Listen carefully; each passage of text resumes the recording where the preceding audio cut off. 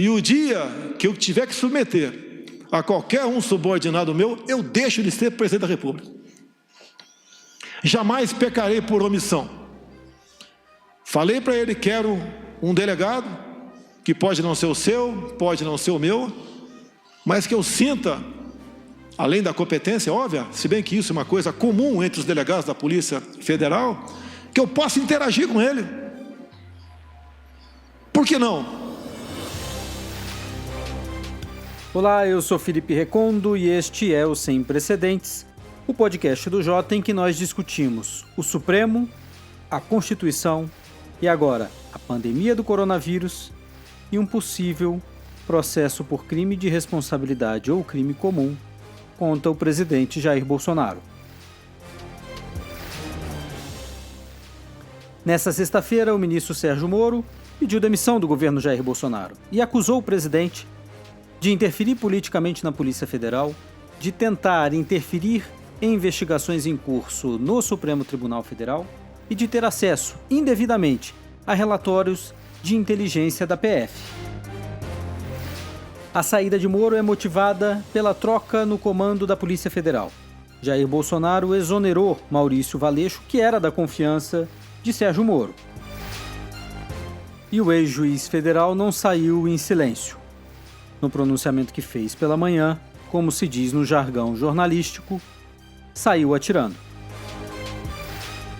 No final do dia, Jair Bolsonaro, rodeado por seus ministros, tentou desqualificar as acusações de Sérgio Moro. Disse que o ex-juiz admitia a demissão de Valeixo contanto que fosse indicado para a vaga no Supremo Tribunal Federal. E afirmou que nunca pediu a Moro qualquer interferência em investigação ou proteção aos seus familiares. Entretanto, Bolsonaro admitiu que quer indicar para a Polícia Federal alguém com que possa interagir.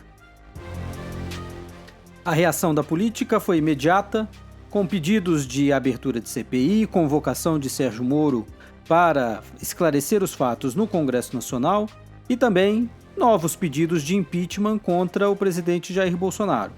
Do ponto de vista jurídico, o Procurador-Geral da República, Augusto Aras, pediu ao Supremo a abertura de uma investigação para apurar os fatos relatados por Moro. E a relatoria dessa investigação caberá a Celso de Mello, um dos ministros mais críticos ao governo Bolsonaro. E o Sem Precedentes nesse episódio de emergência vai discutir o futuro dessa crise do ponto de vista político, mas essencialmente do ponto de vista jurídico. Qual o caminho para a investigação em torno das acusações feitas por Sérgio Moro? O que seria mais rápido de chegar a uma conclusão, qualquer que seja ela? Uma acusação por crime de responsabilidade, tramitando no Congresso Nacional, ou uma investigação por crime comum, como já instaurada pelo Procurador-Geral da República, e que depende essencialmente do Supremo Tribunal Federal?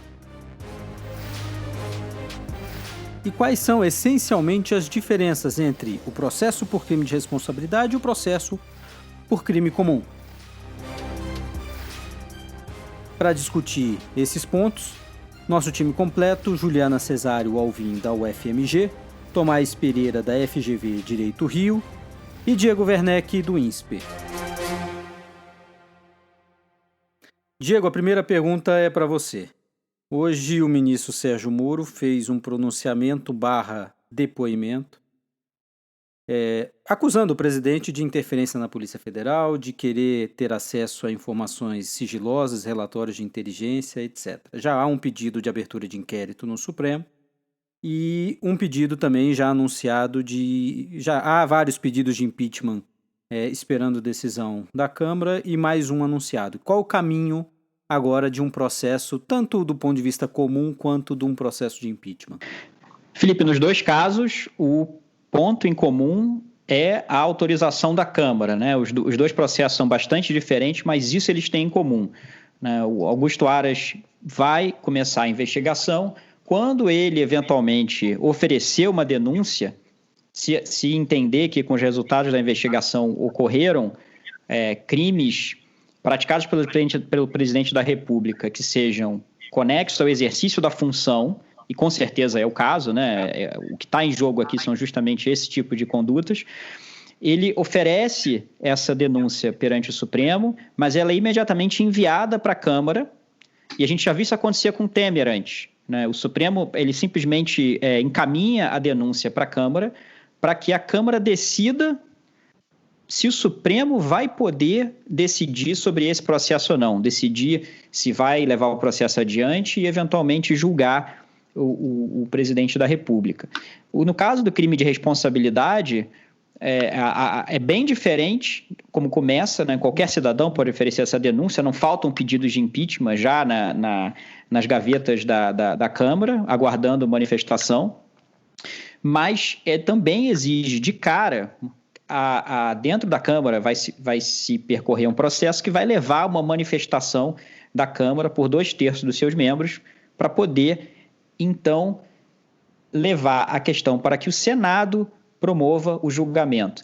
Então, varia nos dois casos, né? Quem começa o processo, quem vai tocar essa investigação, mas em ambos os casos, e varia quem decide também, o Senado e o Supremo, mas nos dois casos você tem esse ator-chave que é a Câmara. Tomás, eu queria chamar você para conversa para saber o seguinte: quais são os processos, ou qual dos dois processos, por crime de responsabilidade ou crime comum, tem mais obstáculos para se chegar a um resultado, independentemente de qual seja? Olha, Recondo, parece claro que o processo por crime comum é mais complicado, né?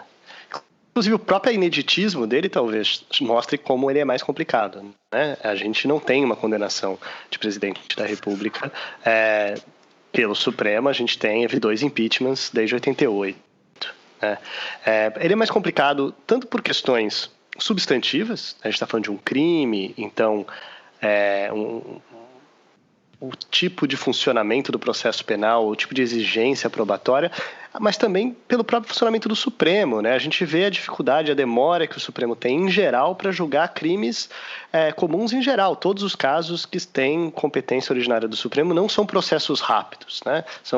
Claro que você poderia imaginar que poderia ser algo mais acelerado, dada a importância e relevância, mas mesmo assim você tem 11 ministros, todos eles dando seus próprios votos, todos eles, né, você tem um relator que pode conduzir esse processo de maneira mais ou menos célere, dependendo da sua visão sobre como conduzir esse processo. Então, eu diria que o processo de responsabilidade é potencialmente muito mais célere, né? A gente consegue imaginar, inclusive, um tempo mínimo, né? Se a gente olha para os tempos que são exigidos, né, nas fases do processo de crime de responsabilidade, a gente consegue imaginar um tempo mínimo e a gente consegue imaginar, de fato, caso haja clareza nas evidências da acusação e caso haja uma situação política que justifique isso, totalmente possível que a Câmara e o Senado atuem no tempo mínimo, né?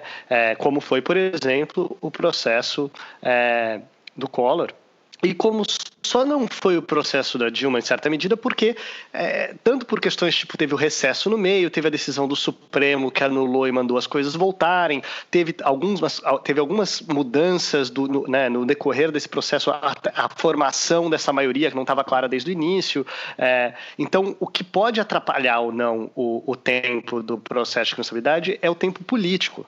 Mas, como o Diego já explicou, como nos dois processos a Câmara tem que autorizar, ambos têm essa fase inicial, essa antessala, antes do recebimento da denúncia, né, pelo Supremo, no caso de crime comum, pela Câmara, no caso de crime de responsabilidade, o tempo político da Câmara vai ser o mesmo nos dois. Daí vem o tempo do Senado. Me parece que o tempo do Senado é potencialmente muito mais célere no crime de responsabilidade do que no processo de crime comum. Né, sem contar o bloqueio específico que é o Procurador-Geral da República. No caso do impeachment, como o Diego já explicou, qualquer cidadão pode dar início a esse processo, enquanto num processo de crime comum no Supremo contra o Presidente da República, a gente precisaria que o Procurador-Geral da República denunciasse de fato o presidente, algo que ainda não aconteceu.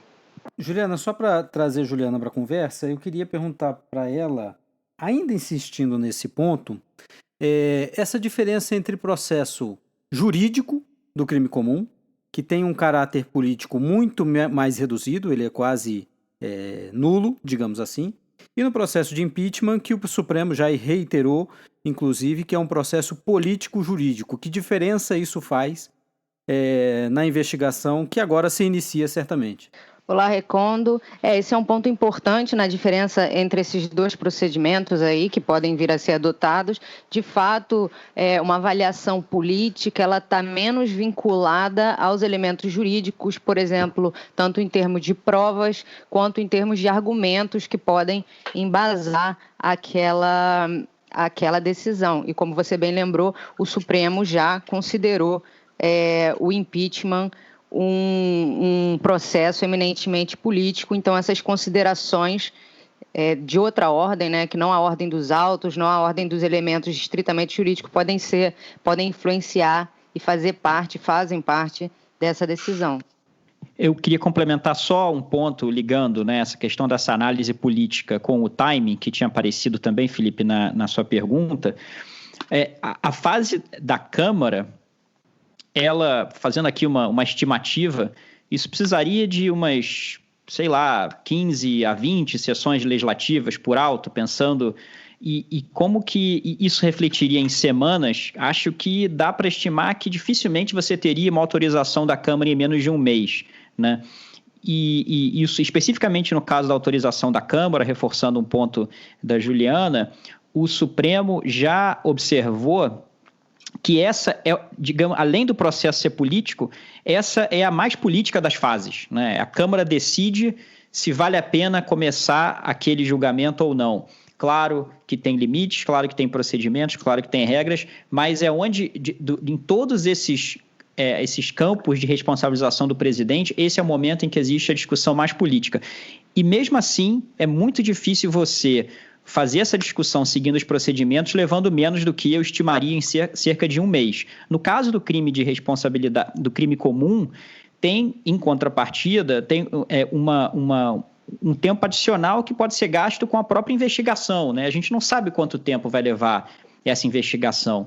Então, é difícil comparar as duas coisas, mas eu ainda diria que o crime comum ainda leva mais tempo para chegar até o fim da manifestação da Câmara do que o crime de responsabilidade, por causa da fase da investigação. E acrescentando ao que o Diego falou, não é que no crime comum não haja a influência de elementos políticos, mas a ideia é que esses elementos não sirvam para embasar a decisão, mas a gente vai perceber o papel desses elementos políticos talvez no próprio timing das decisões que vão ser tomadas, em ser pautado ou não ser pautado, na movimentação do PGR, nesses elementos, né? Então tem uma diferença aí na substância da decisão, no que se espera que seja a motivação da decisão, mas também não é dizer que a política não desempenha papel nenhum em torno do processo de crime comum. E aí, nesse momento, eu acho que dá para a gente se perguntar também em que medida a pauta política paralela ela pode influenciar nesses dois procedimentos, chamando a atenção para o fato de que, diferentemente do impeachment do Collor e do impeachment da Dilma, a gente está vivendo um momento político bastante peculiar com relação à questão da Covid, né? Então, de que maneira isso pautaria os trabalhos, seja do Supremo, no caso do crime comum, seja do Congresso, no caso do crime de responsabilidade? Eu queria fazer uma outra pergunta, ainda seguindo nessa distinção de crime de responsabilidade e crime comum. No crime de responsabilidade, o Moro não necessariamente teria de provar tudo o que falou para que houvesse uma eventual condenação num processo de crime de responsabilidade, porque essa conotação, esse julgamento é mais político. Do ponto de vista criminal, aí sim, né? Nós teríamos, ou a Procuradoria-Geral da República exigiria do Moro que ele apresentasse todas as provas do que falou para aí, eventualmente, oferecer uma denúncia, não é isso? Olha, mais ou menos, porque, na verdade, o que o Moro fez foi descrever fatos, né? Se esses fatos são considerados potencialmente crimes, e se há, de fato, provas o suficiente para uma denúncia, isso sim o PGR tem que considerar, né? E nos dois casos, seja um crime de responsabilidade, seja um crime comum, muda o julgador, né? De novo, teve o que a Juliana falou. Claro que formalmente você pode achar que o processo na Câmara e no Senado vai ser mais político, porque pela natureza das pessoas que estão ali, e que no judiciário vai ser mais jurídico pela natureza de quem está ali, mas na prática você tem um órgão que tem a função de julgar se uma acusação que foi feita, de fato, se encaixa com um crime estabelecido na lei, um crime de responsabilidade no caso de um crime comum no caso do outro, e se há elementos suficientes para provar aquilo, né? Então, eu não sei até que ponto o Moro tem que provar qualquer coisa. O Moro vai dar o depoimento dele. Se o depoimento dele vai ser suficiente, né, como prova testemunhal, se a gente vai ter outros elementos documentais que talvez apareçam no decorrer desse processo, isso pode tornar as chances de uma condenação, seja política ou jurídica, mais provável. Mas na prática, quem tem que provar é quem denunciar, né? E se for um crime comum, quem tem que provar é o Ministério Público. Queria só acrescentar um elemento adicional nesse cenário, que acho que bagunça um pouco mais a situação, é que a Câmara acabou de fazer alterações nas suas regras de funcionamento interno para se adaptar ao contexto da pandemia, né, e fazer deliberações remotas. Não sei se está certo que essas adaptações já levam em conta a possibilidade de um procedimento de impeachment ser conduzido de forma remota, né? No mínimo, vai dar muito trabalho compatibilizar essas regras que estão nesse sistema remoto com os outros dispositivos legais e constitucionais que seriam aplicáveis a esse processo, para que não haja nenhuma alegação de nulidade, né? Isso vale, inclusive, para a questão do crime comum, já que a Câmara vai ser provocada a se manifestar nos dois casos. Então, acho que isso provavelmente vai ocupar energia, né, das lideranças na Câmara nos próximos dias. Ainda que quem tenha começado a se mover tenha sido Aras, acho que provavelmente a gente vai ver movimentações nesse sentido também. Não, eu concordo que a preocupação com nulidade, dada a novidade do procedimento, é uma preocupação real, que todos deveriam ter, né? A gente tem um processo inédito acontecendo, mas eu não sei se é tão diferente assim, né? O que existe num processo de promulgação de leis? Bem, você tem relatores, você tem comissões e você tem uma votação no plenário. O que você tem na condução de um processo de impeachment, seja na Câmara, seja no Senado? Bem, você vai ter um relator que vai apresentar um parecer, você vai ter comissões e você vai ter isso sendo votado no plenário. Então, em termos da dificuldade técnica, digamos assim, de conduzir isso virtualmente, não me parece ser muito mais difícil do que a aprovação de um projeto de lei. Claro que assim, a gente tem a dificuldade de nunca ter acontecido, né? Tudo que é inédito pode ter problemas que a gente não imagina, mas me parece que o que está colocado, que existe hoje para a gente poder promulgar leis que estão funcionando, seriam suficientes ou praticamente suficientes para a condução de outros processos, seja na Câmara, seja no Senado. Verdade, mas aí são duas questões diferentes, né? Uma é se há previsão nessas regras para que comissões funcionem remotamente, por exemplo.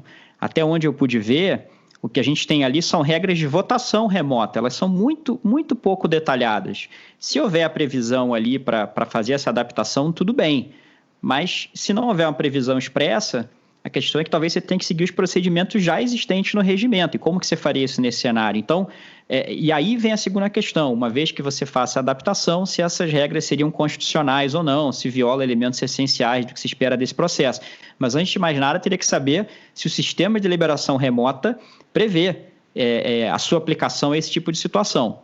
E o sistema de deliberação remota segundo a jurisprudência do Supremo, né, que está incidindo também sobre isso, como a gente viu na decisão que flexibilizou o rito de aprovação de medida provisória. Então, tem a questão das regras do Congresso em si, como elas estão operando nesse momento, e tem também a reinterpretação ou adequação dessas regras a partir da visão do Supremo do que é possível ou não. E aí, nesse sentido, eu tinha chamado a atenção para a questão do Covid. Eu acho que isso também desempenharia um papel, né? Porque seria necessário compatibilizar o entendimento do Supremo, que, em razão da pandemia, está aceitando a flexibilização de certas coisas, com talvez uma rigidez que um processo de crime de responsabilidade exija. E aí eu acho que tem um elemento adicional também, que com relação ao papel que seria desempenhado pelo Supremo numa hipótese dessa, que teve uma distância considerável entre o impeachment do Collor e da Dilma, e mesmo assim várias questões foram trazidas de maneira repetida, assim, digamos, né? E nesse caso a gente acabou de ter um impeachment, né? Então imaginar em torno de que questões se centrariam as discussões nesse caso, já que muitas acabaram de ser decididas, né? E eu acho que talvez essa questão da flexibilização das regras para o Covid possa vir, talvez, a desempenhar algum papel. Eu acho que a gente também tem que levar em conta que se um processo de responsabilidade for para frente com base nos fatos que a gente está discutindo no dia de hoje, né, que tem a ver com interferência na Polícia Federal, esse tipo de questão, uma das coisas que demorou e tornou mais complicado o processo da Dilma, para além da questão da composição política, tinha a ver com a tecnicalidade das acusações, né, e se constituía ou não constituía crime de responsabilidade, coisas como pedaladas fiscais, que inclusive eram difíceis de explicar e de entender, em primeiro lugar, e em segundo lugar, de pensar se isso era ou não era crime de responsabilidade. Eu diria que os crimes de responsabilidade que têm sido levantados contra o Bolsonaro são de um tipo muito mais tranquilo de as pessoas entenderem e concordarem que é potencialmente crime de responsabilidade. Se foi provado ou não foi provado, isso realmente, como qualquer outra questão, a gente vai ter que discutir, né? Assim como foi no caso do processo do Collor. Mas eu só chamaria a atenção que um processo, nesse caso, parece mais com o processo do Collor. Parece mais com o processo do Collor, tanto pela falta de base fragmentada que o governo atual tem, né, a falta de suporte de um partido político consolidado, as questões políticas, mas também por serem um tipo de crime muito mais concreto e que as pessoas conseguem entender, né? Seja o cidadão, seja a discussão, o limite da discussão na Câmara e no Senado. Eu queria insistir num ponto com vocês, que é da necessidade de prova. E aí eu vou perguntar para você de novo, Tomás. Num processo político, que é o crime de responsabilidade, a acusação pelo crime de responsabilidade, você acha, então, que o nível de prova é o mesmo do que o exigido no processo por crime comum? Bem, o que você está chamando de prova, né, o nível de prova é elementos o suficiente para a gente constatar que o que aconteceu, de fato aconteceu, a acusação de fato, né, descreve algo que de fato aconteceu? Sim. Acho que o que muda, né, digamos, tem dois tipos de mudança. Os dois são muito graves, né? Porque a gente envolve a condenação criminal, que tem uma gravidade muito grande. O outro, a gente está falando da remoção de um presidente da República, que tem uma gravidade muito grande. Então, em termos da gravidade do processo e a seriedade com que as pessoas têm que levar a avaliação daquelas provas, sim. Inclusive, no processo do Senado, para quem acompanhou o processo da Dilma, a fase probatória de discussão e o relatório, a complexidade do relatório, né, a tentativa de demonstrar especificamente que foi provado que aquilo aconteceu, estava ali, né? Claro que as pessoas, a gente pode ter uma discussão muito maior sobre se aquilo que está ali constitui crime de responsabilidade, mas tentou-se provar especificamente que, né, o decreto foi promulgado, que tinha uma conduta específica ali. Agora, percebe que eu acho que é difícil, às vezes, para a pessoa entender a diferença entre o nível de prova teórico que é exigido e, concretamente, que quem avalia se as provas são suficientes ou não é sempre quem decide. E a gente está num contexto em que ambos esses casos são casos de processo único, né? São de julgador único.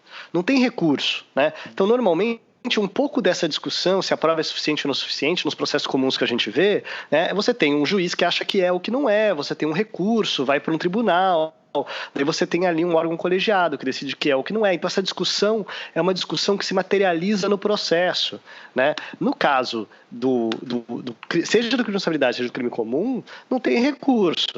Quem vai decidir se é suficiente ou não é suficiente em um caso vão ser aqueles 11 ministros sentados no plenário e no outro vão ser os senadores sentados no Senado. E o que eles decidirem, se eles decidirem que eles estão convencidos, juridicamente eles estão convencidos. O dever de levar em consideração da exigência de provas é similar. Isso é diferente da gente ter uma crítica externa sobre se de fato as pessoas estão cumprindo com o seu dever. Eu posso ter um juiz que tem um dever seríssimo de considerar provas e eu discordar da condenação dele. Inclusive a gente vê isso factualmente no mundo atual, né? Seja na condenação do presidente Lula, que é um processo criminal com recurso, né? Passou pelo TRF, passou pelo STJ, a gente tem uma discussão real e concreta na sociedade sobre se as provas são suficientes ou não para comprovar que aquele crime aconteceu. No caso da presidente Dilma, a gente tem exatamente o mesmo debate. O fato de um ser no judiciário e o outro ser no Senado não faz com que a exigência de provas pelo direito seja menor. A questão é se as pessoas que têm a função de fazer essa função estão fazendo ela adequadamente. E a gente sempre vai ter espaço para crítica. Eu só retomaria rapidinho aquela observação sobre a compreensão ou a possibilidade de assimilação dos crimes em questão. Eu acho que no caso da Dilma, a discussão sobre fatos, ela não era tão grande, né? A discussão era como enquadrar aqueles fatos. Então, como enquadrar aquela abertura de crédito dentro da lei de responsabilidade e se aquilo, de fato, era crime de responsabilidade, aquilo que foi feito, que não parecia ter tanta controvérsia sobre a sua realização. Nesse caso atual, eu acho que o debate ele pode se centrar, não sabemos ainda exatamente, mas muito em questões de fato, né, de provas aí nesse sentido, das condutas, e não do enquadramento jurídico dessas condutas, que, como você falou, me parece que são mais simples, mas eu não acho que necessariamente isso leve à simplificação do processo ou do debate, porque me parece que, em razão de estarem muito ancoradas em fatos, né, a discussão pode se centrar neles. Então, só para dizer que eu acho que o fato de estar em torno dos debates Dilma e Bolsonaro estarem em torno de questões bem diferentes, eu acho que isso não significa que necessariamente um eventual processo de impeachment contra o Bolsonaro seria mais simples em termos de argumentação, porque eu acho que pode haver controvérsia com relação aos fatos e uma discussão em termos de valoração de provas nesse sentido. Felipe, eu queria fazer uma observação para modular um pouco a importância da sua pergunta, porque ela faz a gente focar no momento da decisão final, condena ou não condena, absolve ou não absolve. Mas se tem uma coisa que a gente aprendeu com diversos processos de impeachment em vários países latino-americanos, e que diversos estudos apontam, é que o momento decisivo é o da suspensão. Um presidente suspenso não volta, né? O que tem acontecido é que a suspensão para a decisão futura acaba na prática, e essa tem sido uma regularidade no Brasil e em outros países, acaba provocando a decisão final condenatória. Então, politicamente, o momento que é decisivo na prática, isso não é para negar a importância das provas para a discussão final, mas na prática é a autorização da Câmara com a decisão inicial do Senado ou do Supremo, dependendo do tipo de processo, de receber o processo ou não, que produz nos dois casos a suspensão do presidente, né? E é essa que eu estava apontando, que leva pelo menos um mês, né, para a Câmara se pronunciar. Então, e o Supremo já afirmou, se a gente pegar o acórdão da DPF 378 de 2015, um dos pontos que o Supremo reforça era essa maior flexibilidade do juízo da Câmara, que tem que analisar documentos, tem que ouvir, né, o presidente, tem que ouvir a defesa, tem um rito rigoroso a ser seguido também, mas que é um juízo de autorização. Tem que ter elementos mínimos, mas não precisa se pronunciar sobre a ocorrência ou não desses fatos de uma forma tão estrita quanto vai ocorrer depois no julgamento pelo Senado.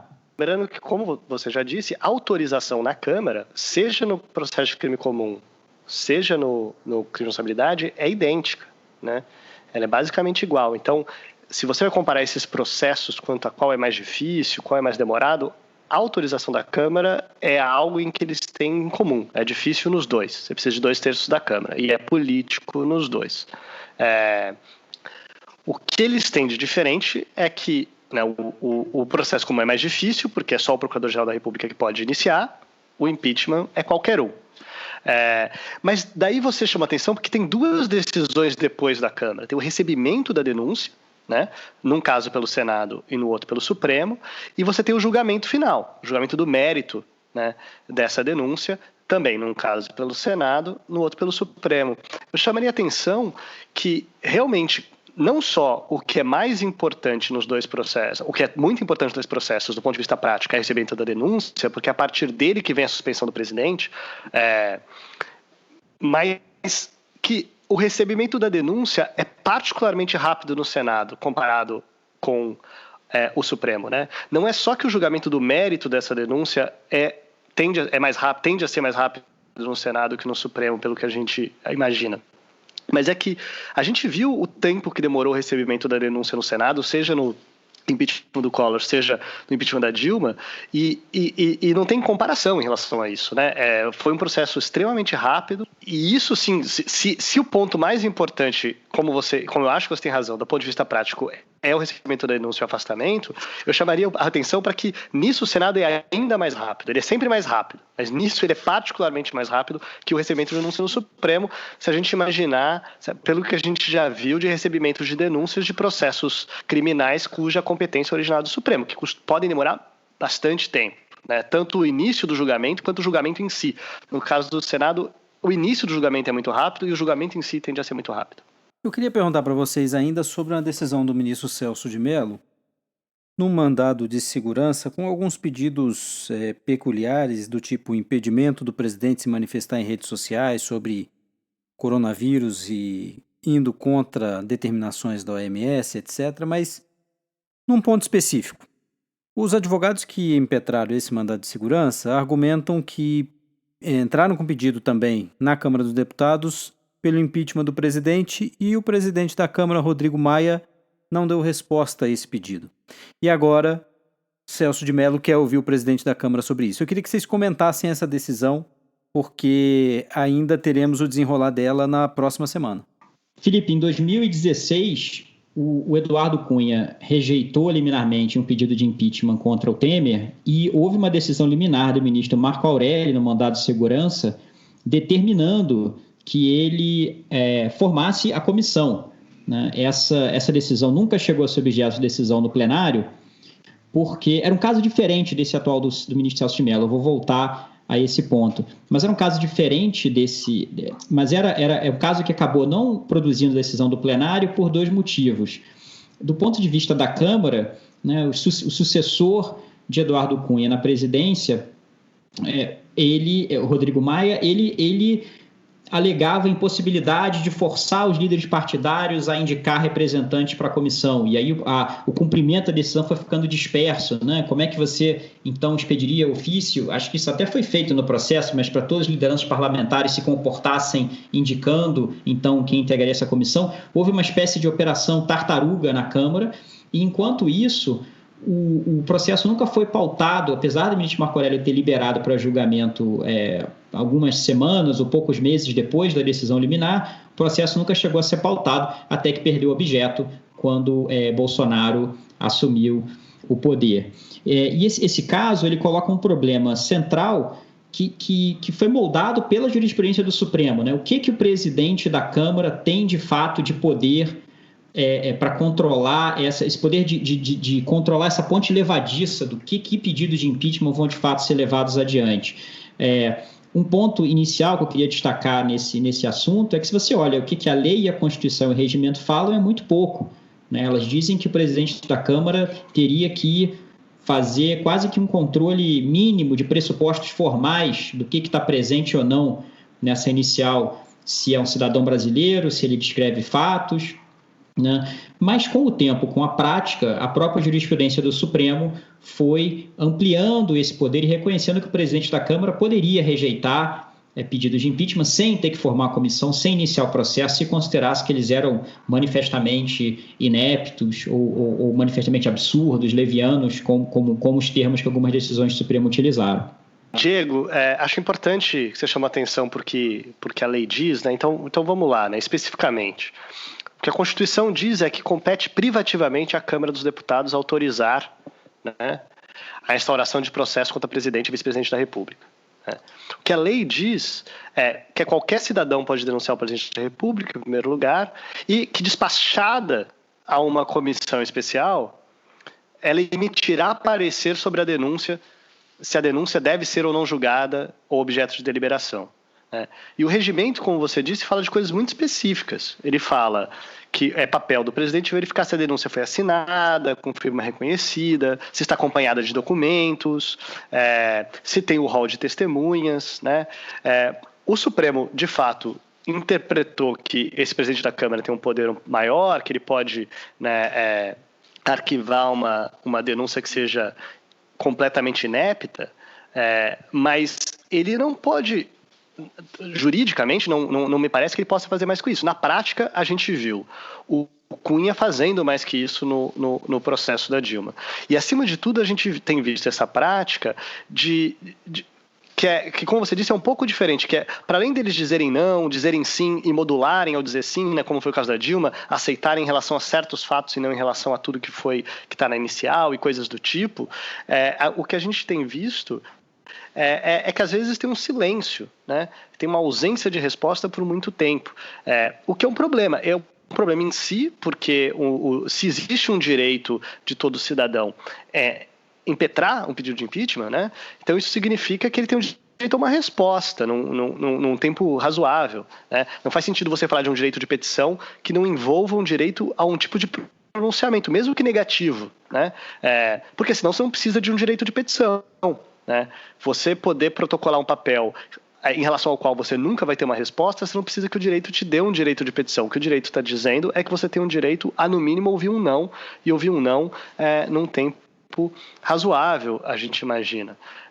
Então, só que o que aconteceu na prática, e tem a ver com esse fato específico de a lei do crime de responsabilidade dar a legitimidade para qualquer cidadão brasileiro para dar início a um processo de impeachment, que a gente vê e foi vendo na prática pedidos de impeachment sem nenhum apoio político, às vezes baseados em descrições de fatos fantasiosos ou que não tem nenhuma base legal. Então, eu diria que o presidente da Câmara foi sendo empoderado no decorrer dos anos, na prática, pela especificidade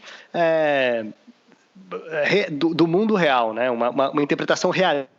Assim, não vamos convocar uma comissão e mobilizar todo um processo por conta de um pedido que não faz sentido nenhum. Só que a gente poderia pensar em soluções institucionais melhores para isso, do que esse poder do presidente da Câmara que foi aumentado no decorrer dos anos. E, de qualquer maneira, mesmo que o presidente da Câmara tenha esse poder, então é razoável e acho importante a gente exigir que ele responda a esses pedidos rapidamente, um tempo mínimo, até porque se ele responde e diz não, você pode ter um recurso interno dentro da própria Câmara, algum deputado pode recorrer dessa decisão, tem um procedimento para isso. A ausência de uma decisão mantém essa arma, digamos, carregada na gaveta do presidente da Câmara, sem ele ter nenhum ônus de dizer não ou sim e se comprometer com uma resposta minimamente num tempo exigido, num tempo mínimo. Assim. Juliana, você vê alguma possibilidade de os outros pedidos nesse mandado de segurança serem deferidos pelo ministro Celso de Mello? E dentre os pedidos está proibição do presidente da República de participar de manifestações com aglomeração, ou determinação para que os agentes de segurança do Palácio do Planalto, quando o presidente for a uma manifestação, retirem da manifestação faixas em favor do AI-5 e da ditadura militar. Você vê o Supremo dando uma liminar nesse sentido? Recondo, eu acho improvável, porque os pedidos são muito amplos e não deixam nenhuma margem para uma certa proporcionalidade. Então, o que eu acredito que o Supremo vai acabar fazendo é analisando elementos relacionados, por exemplo, à presença do presidente em manifestações públicas ou a questão da liberdade de expressão separadamente à medida que elas forem chegando no Supremo. Então, talvez o Supremo se depare com isso em casos que não são necessariamente um mandado de segurança. Então, por exemplo, no próprio inquérito que foi aberto para apurar a conduta última do presidente Bolsonaro de participar, no caso, ele nem está no inquérito, mas, enfim, do ato em que ele estava presente, verificar em que medida esses atos atentam contra a democracia, etc., o Supremo pode se pronunciar nessas oportunidades com relação a essa questão e em outras. Eu acho que difícil que num processo tão amplo como esse, né, um mandado de segurança que tem uns pedidos tão amplos, o Supremo faça essas determinações que são tão graves, e cada uma envolve uma questão sensível diferente. Uma, a autonomia do presidente da República, a sua possibilidade de se comunicar com a população, e a outra, por exemplo, relacionada à liberdade de expressão. Então, acredito que o Supremo, se vier a tratar disso, vai tratar especificamente dessas questões de maneira separada. Queria agora começar pelo Diego, para a gente fechar. Perguntar, Diego, qual a sua aposta para o desenrolar dessa crise iniciada nesta sexta-feira e que coloca em lados opostos Moro e Bolsonaro? Crime de responsabilidade, crime comum, nenhum crime, para onde você acha que vai essa crise? É interessante porque, por um lado, o Supremo é trazido diretamente para a discussão com essa iniciativa do Aras, mas a iniciativa do Celso coloca a bola de volta na quadra do Congresso. Eu acho mais provável que a solução, o desencaminhar desse conflito aconteça pelo processo de crime de responsabilidade no Congresso. É um processo que ele é mais flexível em termos do timing, ele permite a gente já tem algum aprendizado sobre como isso funciona, esses atores assumem a responsabilidade política, né, de tocar isso nesse momento de um jeito que seria talvez mais difícil para os ministros do Supremo. Então eu acho que o desenrolar desses fatos apesar de também vão ser duas vias paralelas em algum momento, mas eu acho que tem grande chance de desenrolar como um processo de impeachment por crime de responsabilidade. Tomás, e você? Qual a sua aposta para o desenrolar desses fatos? Eu concordo com tudo que o Diego disse. Pode ser que num eventual depoimento do Moro, né, nesse inquérito, né, iniciado pelo PGR, a gente tem os elementos que gerem um processo de responsabilidade, mas eu imaginaria que se a gente for ver isso caminhar em algum sentido, por tudo que a gente falou até agora, pelo fato de ser mais fácil, as dificuldades são iguais, as facilidades são maiores num processo de responsabilidade. E também, mas eu diria acima de tudo que, dado tudo que a gente falou até agora, e apesar da nossa crítica a essa hipertrofia do poder do presidente da Câmara, na prática vai depender fundamentalmente do presidente da Câmara, né, do Rodrigo Maia. Então eu não vou apostar nesse momento sobre o quanto ele está disposto a dar início a esse processo agora, mas eu diria que se isso for para frente, vai ser via crime de responsabilidade e vai depender fundamentalmente do momento em que o presidente da Câmara, e né, claro que analisando o contexto, vendo como estão a maioria dos deputados dentro da Câmara, em que momento ele vai dar início a isso. Eu diria que ele é o principal personagem nesse momento para isso ir para frente ou não. Juliana, e você, sua aposta? Eu acho que as peças estão se movimentando, fica muito difícil fazer uma aposta. Eu acho que vai depender de uma série de fatores que estão ligados. Eu acho que vai depender de alguma maneira das provas que vão ser trazidas ou não pelo Moro, agora a público, dentro ou fora do processo. Não sabemos a maneira pela qual ele vai publicizar isso. Isso vai depender também daquele apoio que o presidente Bolsonaro estava articulando com o chamado Centrão, que nesses últimos dias tem sido bastante noticiado, né, e que se consolidasse teria número de deputados suficiente para talvez barrar um processo de crime de responsabilidade, mas claro que esse acordo ele também dependeria de uma série de fatores e eu acho que também depende da popularidade do presidente, como que ela vai flutuar a partir disso e também a partir de outros elementos, e aí trago mais uma vez, como por exemplo a questão do Covid, como que vai se desenrolar nas próximas semanas, porque se é verdade que vamos ver um pico grave nas próximas semanas, isso certamente vai entrar aí na equação, seja para um lado, seja para o outro, seja em termos de prioridade, do que vai ser pautado, do que vai se tornar a prioridade, né, nacional, e seja com relação à legitimidade dos atores envolvidos. Então, acho que tem muita coisa para ser pesada aí, que vai acabar determinando o desfecho dessa história, que inclui também possibilidades que a gente não trouxe aqui, mas que estão sendo aventadas, como a própria renúncia. Então, acho que muita água vai rolar ainda. Algum de vocês acha que este processo não vai avançar? De que essas acusações de crime feitas pelo Moro vão dar em nada? Não, eu acho improvável. Se você olha num horizonte de 2 meses, digamos, 2, 3 meses, acho que alguma coisa vai acontecer. Seja, né, a Câmara vai se posicionar, seja sobre uma denúncia por crime comum, seja por uma denúncia por crime de responsabilidade nos próximos 2, 3 meses.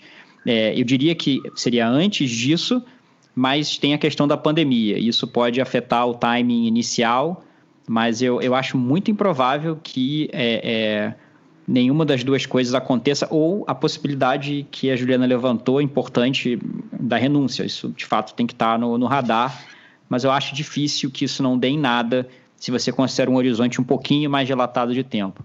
Concordando com o Diego, eu acho que é difícil não dar em nada, considerando que as acusações que foram feitas pelo Moro o implicam, né? Então, na medida que se isso não der em nada, significa que o Moro vai ficar aí no alvo por ter acusado o presidente do que não seria nada. Então, eu acho que é improvável também por essa razão, porque agora as cartas já estão colocadas na mesa, para um lado ou para outro, isso vai ter que se desdobrar.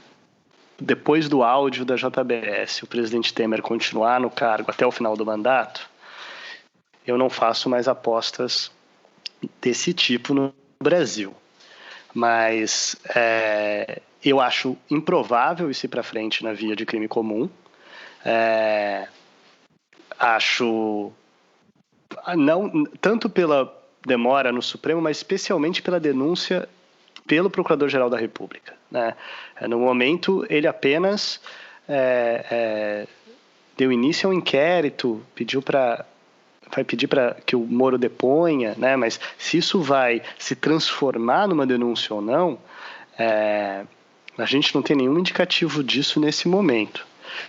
Agora, eu acho sim que se o Procurador-Geral da República denunciar o presidente Bolsonaro, né, que o nomeou, isso é um sinal muito claro do grau de fragilidade e falta de apoio institucional do presidente. E mesmo assim, eu ainda acho que a via do crime de responsabilidade seria a mais rápida, né? Então, tem esses vasos comunicantes. Uma denúncia por crime comum talvez leve ao impeachment, e não a uma condenação por crime comum, mais rapidamente, pelo menos, em primeiro lugar. E volta ao que eu disse, eu acho que hoje em dia depende fundamentalmente de Rodrigo Maia, de o quanto ele está disposto a tocar esse processo nesse momento. Mas todo mundo está vendo a queda de popularidade do presidente, né? E então a gente tem uma crise econômica e de saúde pública, com uma queda de popularidade, com um ex-ministro denunciando fatos que são enquadráveis como crime de responsabilidade. Teoricamente, a gente tem uma tempestade perfeita para que isso vá para frente, sim, com um presidente sem base política, né, com um Congresso, uma base fragmentada no Congresso. A gente tem uma tempestade perfeita para que a gente veja um impeachment, sim, nos próximos meses. Como eu disse, eu só não vou apostar nisso porque o Temer cumpriu o mandato dele até o final, e depois disso nada me surpreenderia. O Sem Precedentes volta nas próximas semanas, discutindo ainda Supremo, Constituição, os efeitos da pandemia do coronavírus e agora a crise política que se abate sobre o governo Jair Bolsonaro. Eu sou Felipe Recondo, apresentador e produtor do programa, que teve o apoio na edição da F451. Hoje pela manhã, acredito que 7 ou 8 deputados, ou meia dúzia, tomaram café comigo. E eles estão à vontade, se quiser falar ou não.